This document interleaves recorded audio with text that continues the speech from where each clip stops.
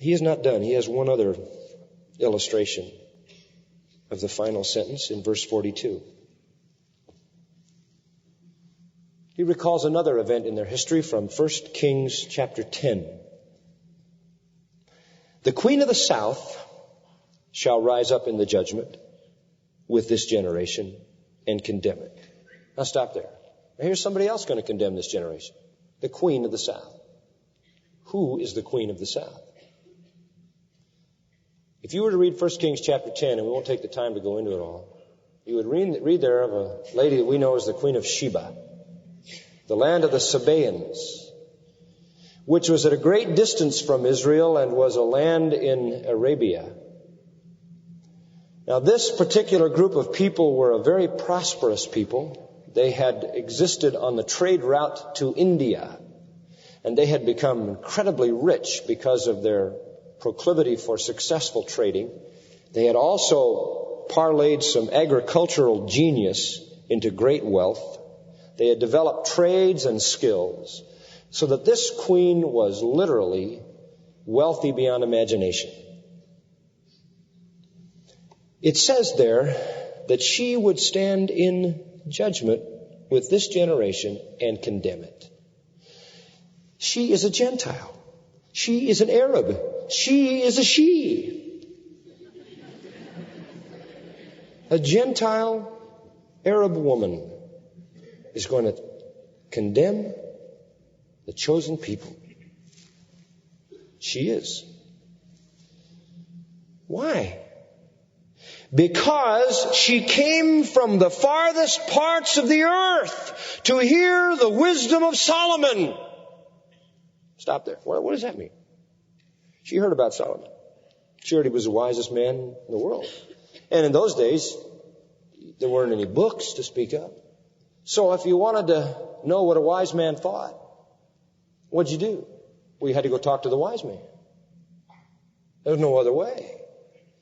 And so she came from the farthest parts of the earth, it says. Now, it was a long ways away, and from their perception, it looked like the farthest parts of the earth. In fact, in Joel 3, I think it's verse 8, it says this same land is called a nation afar off.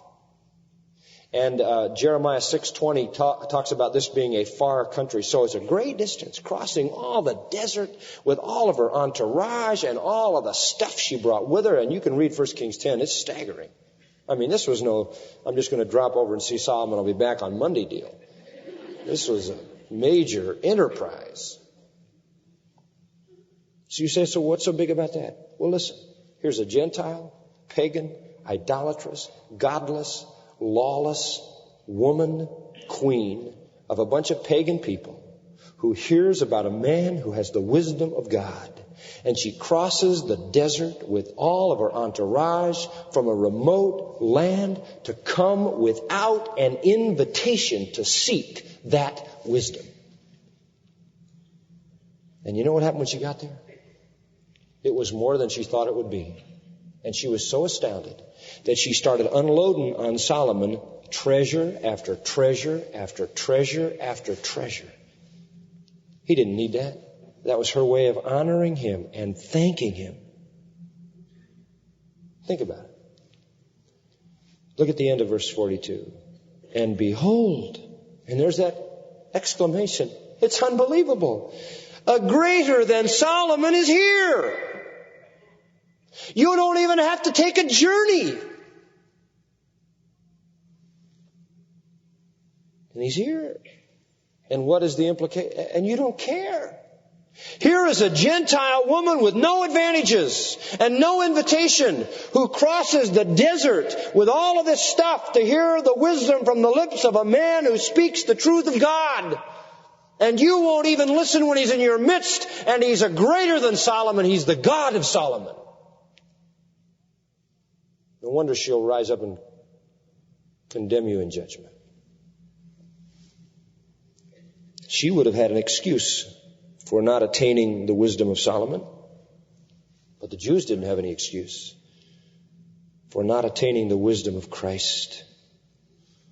So Jonah and the queen will rise up and condemn the unbelieving and unrepentant Jews of Jesus' day. You want to know something? We can draw that into our own day. There are people today who reject Jesus Christ, and they reject the resurrection of Christ, and they reject the wisdom of Christ.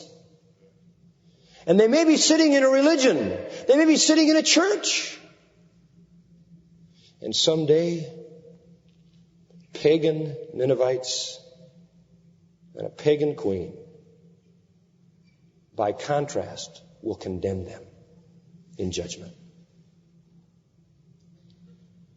You see, what it's saying is that those who are afar off, who believe, prove that those who are near are responsible to believe. And if you try to exist within the framework of Christianity and reject Jesus Christ, yours is the greatest condemnation.